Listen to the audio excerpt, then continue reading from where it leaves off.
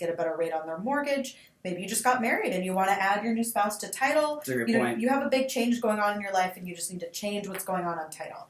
And what does that mean when you're on title? That means that the person who is responsible for the taxes, you are the legal owner, and that is what it is to be on title. So again, if you just got married and you bought it but when you were single, now you want to add that spouse. So then they're also the legal owner of that property. So on our end, we work directly with you and your lender. So we'll go ahead and get a title order once you've confirmed the amount you're going to work with your lender. They send that to us. We order a document called the title commitment, which is basically a map of what we need to do to clear the title if there's any issues regarding an old mortgage. Hey, maybe you had issues with a past spouse. You got to get them off title. So you're trying to clear it out so then we have a clean new title with the new loan and then set you up that you're on title and having that look correct. So that's what we do. And then it's kind of like when you purchase, you come in and sign a big lender's package of documents, and then we record that new mortgage with the county. So it's a lot more straightforward than a purchase because we're just going to work with you and your lender on this versus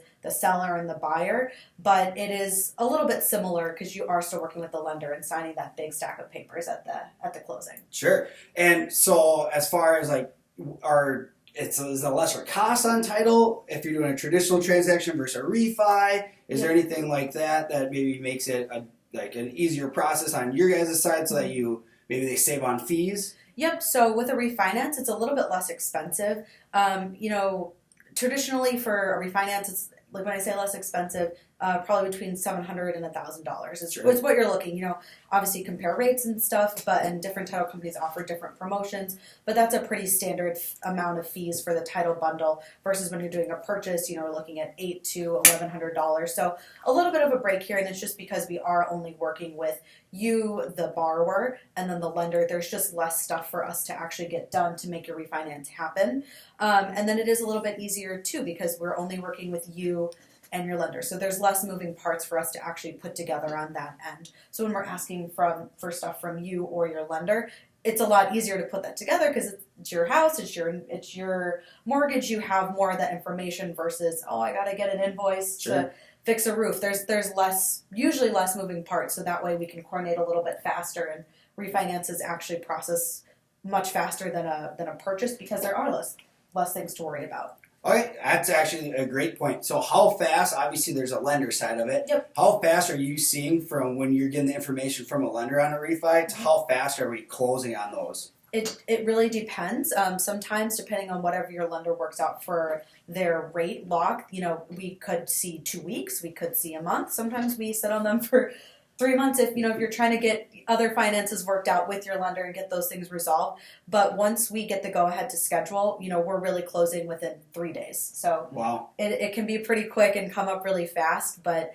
it's a lot less pressure than, trying to work with that seller or work with that buyer that you're just trying to, get your house sold or bought. So you already live there. So that part's a lot easier. You just show up, sign paperwork, and go back and relax at home. Yeah, and so what people are using the refinancing for right now would be obviously taking advantage of the lower interest rates. I had 4 clients last week that reached out to me and were interested in refining through Keller Mortgage, their zero cost program. And with that, they're able to lower their payment by a minimum of $100. A lot of them, it was a lot more than that. And obviously in the long run, that is a huge financial advantage and without a lot of out-of-pocket costs. Other people are doing like cash out refis. Yep. Right? So cash out refis, if you want to do that, would be if you want to have any work done on the house, or maybe you want to purchase another property, invest, or you're going to pull your equity out and put it into something else, pay off student debt. I mean, there's tons of options you can do just because where the rates are to take advantage. Is there any difference between a cash out refi on your side and just a typical refinancing, or are they pretty similar? Nope, not really. I definitely see more on cash out refis that this is for people that are trying to remodel. They're trying to really get the bang for their buck. They want to, like you said, buy that new property. Hey, they want to put in a pool this summer. That's what they're going to be using that money for. But the other traditional standard refi, we're seeing people, hey, I got to pay off my car. I want to pay off student debt. Have a couple too many credit cards. We want to get that debt down. So that's kind of what we're seeing people do with those different types of refinances. And if you wanted ideas for that, talk to your lender. Maybe you want to do a big project in your house because you're getting ready to sell, maybe that's what you want to do with your refinance. It just depends on what is good for you at this time. That's a great point, because right now I'm having a lot of friends reach out and be like, hey, I was going to do this work to the house, and we talked about doing a cash out refi to pay for the work, and then I can run comps as a realtor and tell you, hey, this will add this value as of right now, and you can see what is cost effective and how long you're going to stay. Maybe the market, because your buying power goes up for so much more right now, that you want to re-advise how long you're staying. But also doing like a refi is actually a good way too. You had talked about like if someone was going through a divorce, or a lot of times I've seen people had divorced 1-2 years ago. However, they're still on title, so this is the perfect. They're waiting for the best time to refi, and so now's the time, right? Yep. So yeah, just like he said, if you went through divorce, or you just got married, something like that, and you want to add them, and you're waiting for that good time to get a good rate for you. But this is also a way that we can remove people from title. So not only would that mortgage go in just your name, or if you got married, add that spouse in, and then you have that new mortgage, and then just you in title. Or you're just making changes, and you're making changes not just to the actual title of your house, but who's financially responsible for that house. So with the mortgage and with the taxes. Yep, that's perfect. And that's huge, because as we're looking at, if maybe you wanted in a few years wanted to move up in price, but you wanted to keep your same house, or you wanted to make a one-time move, there's a lot of strategies that you can do during this time of refinancing, and then going through the title process. They can talk to you about that. Theresa can walk you through as far as what your next goals are, because they can tell you who should be on, who shouldn't be on, if you should take someone off. Because also, how many people have co-signed? Have you seen a lot of co-signers in the past couple of years? Yep, definitely seeing people who, their credit wasn't quite there, but mom and dad were, or they have, somebody in their life that was there, and now they're financially independent, and they want to remove that person because they're at that place where it's time for them to be fully responsible for it. So we see, where mom and dad are leaving title, but daughter or son are staying on title, and that's another way that we do this. It's pretty common, and it's understandable. You just want to get into that first house, and now you're ready to move on and take more full ownership of that house. Exactly, because then when you go to sell, right, if you have a co-signer, they have to be a part of that process, right? Yeah. So the great part about it right now, too, is that they're getting the low rates. They have maybe enough equity because of the housing market going up, even in the past few years. So now they can get their PMI off, and these are more lender-based. Or they can just remove their parents from title and, again, just have more clear ownership of the property. Correct. So great. Perfect. And then I think now we can maybe just talk about overall what you're looking for when you get a file. So maybe talk about what the steps are, your interaction on a traditional transaction. Okay. And then we'll finish up with just find out, how do you choose a title person? For sure. Okay, so I guess let's start with selling your house. So selling your house, for us, at this point, you're already working with your agent, like Dan. And so at that time, you've already run all the different comps on the house, correct? And you're getting ready to pick your title person. So you work with us. We receive a purchase agreement that you've already negotiated and worked on with your agent. And at that point, we start our file. So we're going to contact you and ask you different questions like, do you have a mortgage on the property? Have you done any work recently to your house? Has your marital status changed? Do we need to worry about a new spouse or an old spouse or mom and dad being on title? We got to worry about all those different things. And then we start asking questions about different taxes, because those will affect you at the closing table. So we collect all that information from you. We work with your agent regarding commissions and different things like that.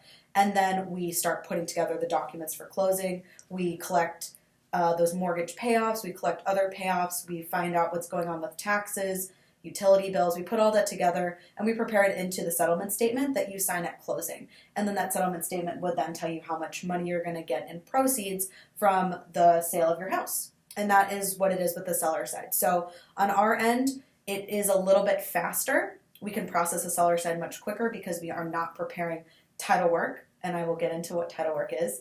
But we are just helping you clear the title for that new buyer, and then you sell the house, and then, like Dan said, we cut you that check, and you got your proceeds for maybe a new home, maybe moving to Florida, I don't know, whatever's coming up for you. Fantastic. So are you involved at all as far as, say their water bill, stuff like that? How do we know that, the water was paid off by the seller? How does the seller know, hey, when I leave closing, I don't have anything that's going to, 2 years, 3 years is going to come back and bite me that I didn't pay off? For sure. So when we are preparing our settlement statement, we also look into things like Dan said, like a water bill. We will contact the city and make sure that we have a current water charge if there is one, and then we collect an estimated final. And this is so that you're not getting those letters from the city, 2 months down the road going, say, hey, you didn't pay off your balance. If you live in St. Paul, we're also doing that for your garbage, for your special assessments that go on taxes. So I don't mean to interrupt, so you're saying it's different per city? It can be different per city. A lot of different cities have different vendors that they work with. There is different things that go on in different places. Like, let's say a sidewalk just got put in outside your house, and you got a notice from the city saying this per household is going to be $5,000. Well, most people don't have that $5,000 to pay it off, but we may be able to pay it off through proceeds, or that may have been part of your negotiations. So we are looking at those things so that there are not outstanding invoices to a city, to utility bills, to different things like that, so that when we're saying clear the title, we're clearing all those things for you so that you walk away and you're no longer a part of this property and none of those invoices or bills are outstanding any longer. Yeah, that's fantastic. So again, we want people to have quiet enjoyment, and what that means is when you sell your property, you leave it and you have nothing else to worry about. Yes. Or if you're buying, you enjoy it and you don't have to worry again about like title issues or past bills.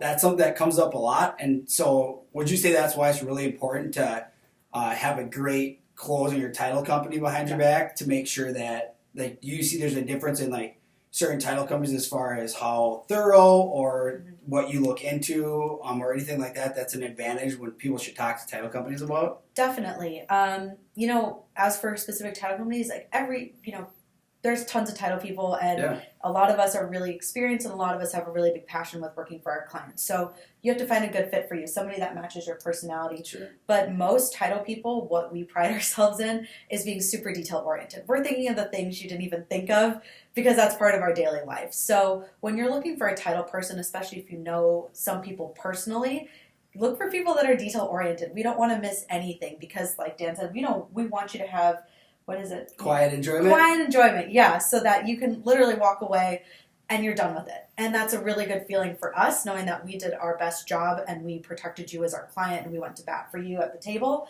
And then also that you can walk away and feel stress-free months, years down the road. That never comes back up again for you. All right, fantastic. Well, awesome.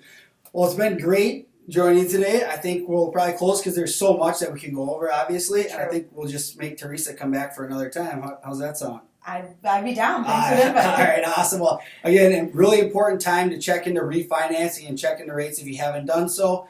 So give us a call. We'll leave a link for Minnesota Title. If you guys have questions, feel free to reach out to Theresa or myself, and we'll see you guys next week. All right.